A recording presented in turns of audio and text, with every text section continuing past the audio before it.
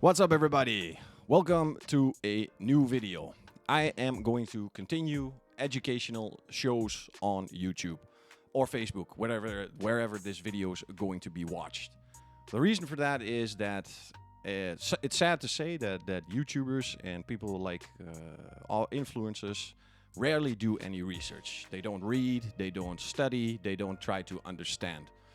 As far as I know, they only read bottles and labels and stuff that is on the label and throw out crazy claims that are based out of nothing.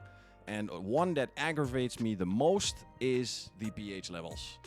How people transform something that has been fixed for a very long time in science and chemistry into translating that to it making more sense for their own type of products. Now, first and foremost, pH levels. What does pH stand for? pH stands for the potential or the power of hydrogen. So the P stands for potential and the H stands for hydrogen. It shows the ionic mobility of hydrogen ions in a water solution. So that means, because ions, this is a good one. What is a frick is an ion? Now, according to internet, an ion is something that has been deprived of a proton, I think. It's already too technical. I'm already going into a certain section where I have nothing about. So let's just focus on what we know, or what I can know, what I can tell you clearly. That scale, that pH scale, has been built out of a range from 0 to 14. The number 7 is the neutral one. Anything below 7, from 0 to 6, is acid, and from 8 to 14 is alkaline. Okay, that we have that. But then people start to make new things that are non-existing. So, for example, a high pH is automatically caustic, or a low pH is automatically corrosive. But, just like I said in the beginning, a pH level only measures the ionic mobility of hydrogen ions in a water solution. We have a video from that for about 6 years ago. And we made this video to clarify the strategy that we had when we were starting to talk openly again about alkaline and acid shampoos. Before that, they were hidden. They would be either called something like wheel acid, or they would be called citrus. Now, all citrus products are in the alkaline range, meaning they are above 7. Now, words like close to neutral or is like neutral is absolute bullshit. The number 7.00 is the absolute middle range of the scale, meaning that is neutral. Anything above that 7 is alkaline. So that means, by definition, 7.01 pH is an alkalinic pH. Alkaline. Not 7 to 9 is neutral. No, it is alkaline. That the power of a 7 and 9 is close to each other, I would say okay, because it is a logarithmic scale, meaning it multiplies every single step by 10. 7 to 8 is 10 times stronger, 7 to 9 is 100 times stronger. Then we have the word caustic and the word corrosive. Now, when Labo Cosmetica introduced the 3 pH, we introduced openly the word alkaline again. But to do that, we had to break through the thinking of the detailers at that moment, meaning that anything alkaline was caustic, because they had to wash everything neutral. pH neutral this, pH neutral that. And the same goes for acidics. Nobody wanted to touch acid soaps. So when Labo Cosmetica brought out Primus and Perifica, it was very important to show to the people that you can have a higher alkaline soap or a lower acidic soap that are non-damaging to the sensible parts or the sensitive parts of the car. So I'm looking at my screen right now, and what we have in front of us is the measurement of the pH inside of the water. As you can see, it's very important. The temperature is 20 degrees, because this is what you see in your SDSs and MSDSs. And the pH level of the water inside. And you can see it's 6.61, meaning this water is acidic, because it's not 7. So there's something inside of the water making that pH, the temperature is 20. That is very important. And next to that, we have 2 jars with one of the most corrosive substances known to man and the most caustic substances known to man. Hydrochloric acid for the acids and sodium hydroxide for the alkaline. Now, to show you what ionic mobility is, we are going to add, I'm going to scroll this a little bit. He's going to add one drop of sodium hydroxide in water, and we are going to see how much that is going to raise the pH level. Deep, that's one drop. And the pH shoots up from 6.6 to over 8 in one drop. That is what ionic mobility does. The ions can move freely through the solution, and therefore the pH level will rise. Now he's going to add, I know this because I was standing next to him, he's going to add 15 drops coming. There we go. A little bit further.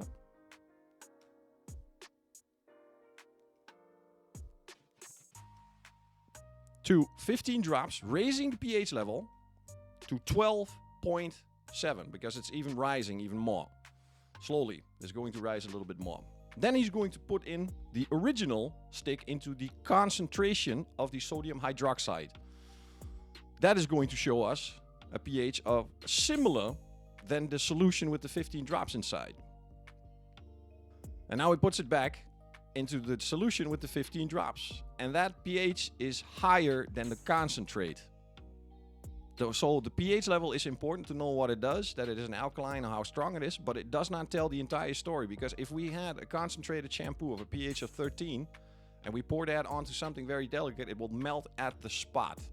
That is absolutely a corrosive substance.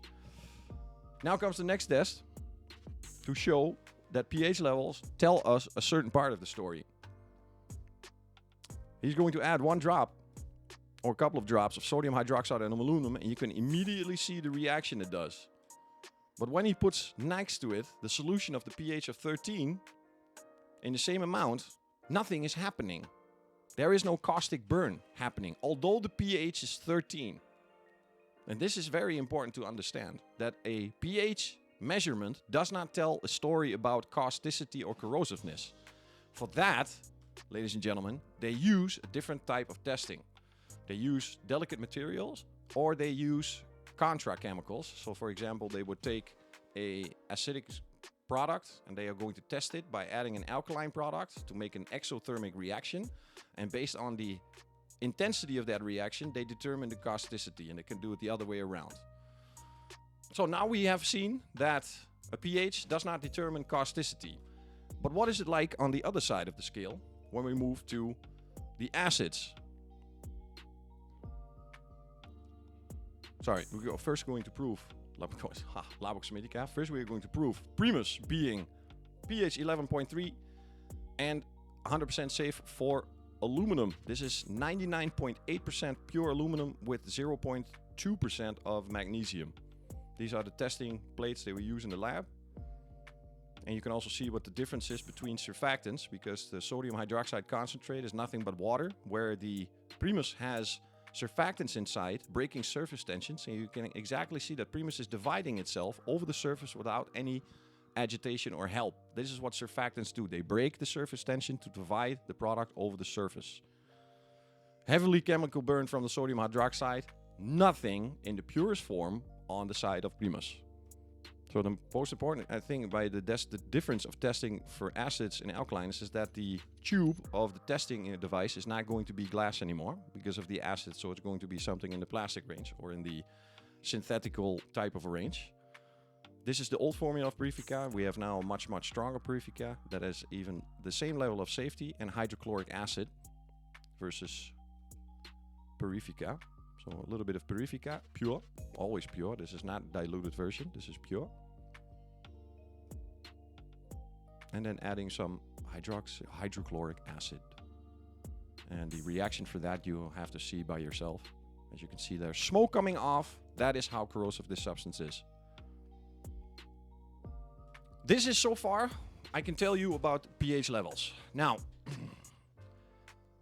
when they say close to neutral, or when they mean that the performance is close to neutral, you are still in the beginning of that logarithmic scale. So the jump from 7 to 8 is 10 times stronger. From 8 to 9 is also 10 times stronger. So from 7 to 9 is 100 times stronger.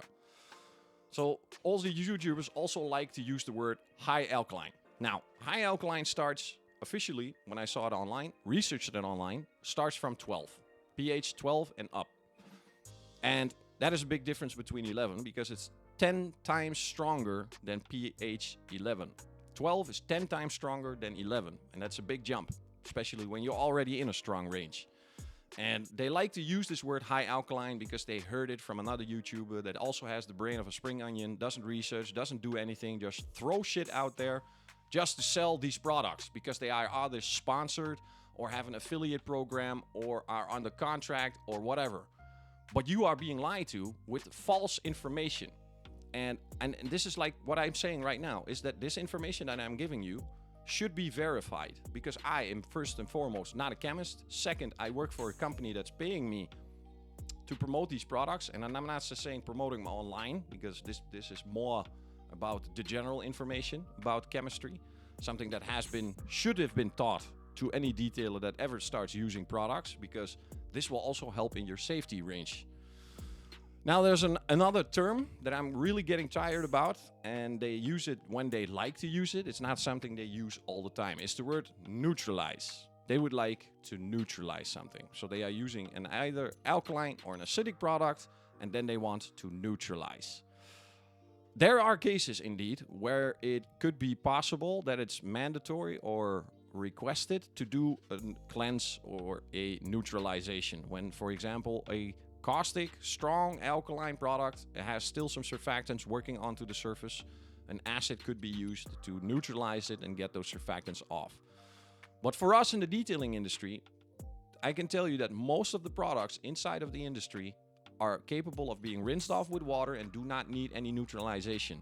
Because first and foremost, how are you going to prove the neutralization? Because in my opinion, it's just another trick to sell you another product, because somehow they make a game of forcing so many products inside of an AR operation to make it even seem that you need all these products, so you're going to buy all these products. But if you understand that you do not need to neutralize, you already eliminate one product extra. So you can just use water that has a neutral pH to rinse off the car from any surfactants. If you properly rinse, and I've told this many times before, rinse properly. Make sure that you have given the water the time to rinse off all surfactants from the shampoo or from the APC or from any detergent being used on the car. And if you do neutralization, I would like to see proof that there is a certain level before and a certain level after. And this is also what I'm really bugging about, is that now everybody's making an acid shampoo, but nobody's proving it's working. If you have a product that is a concentrate that starts at a pH of 4 or 5, that means that any water you're going to add is going to raise the pH. That doesn't matter. Even for Purifica, when you add water, the pH level is going to rise. So if you are already starting at pH 4 and you are diluting it, you are going to come close to 5 and 6. And when you then look at the scale, that logarithmic scale, you will see that there is almost no power inside to do what it says it's doing. I wish the competitors were so far that they could compete against Purifica, but they simply do not. There is hope. Very closely, there could be a shampoo coming from Sonax that has the potential to come in the vicinity of Purifica, and I would like to see that. Because we need better products. We don't need more products, we need better products. Do I want to add anything about this? Because we are going to move in a new direction of detergent power in the future, very closely in the future. We will also see the launch of new detergent-like products from Labo Cosmetica, giving you another edge for another surface to another cleaning substrate, more power without more danger, more surfactants, more new generation surfactants. I've already forgotten the name of 2 of those surfactants many times.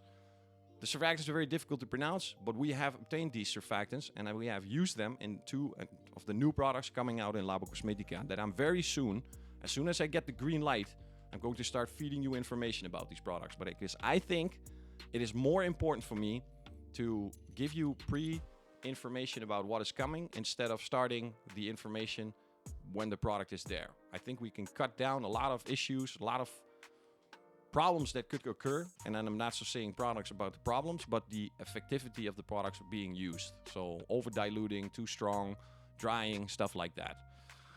For now, I want to conclude this video. If you want proof of anything else other of this madness going on in the detail industry, let me be your beacon of truth, your hope in dark days where you don't get all the blah blah and the bullshit, because I now think it's not so much about making better products, it's looking like who can sell their bullshit the best. Thank you guys for watching. See you next time.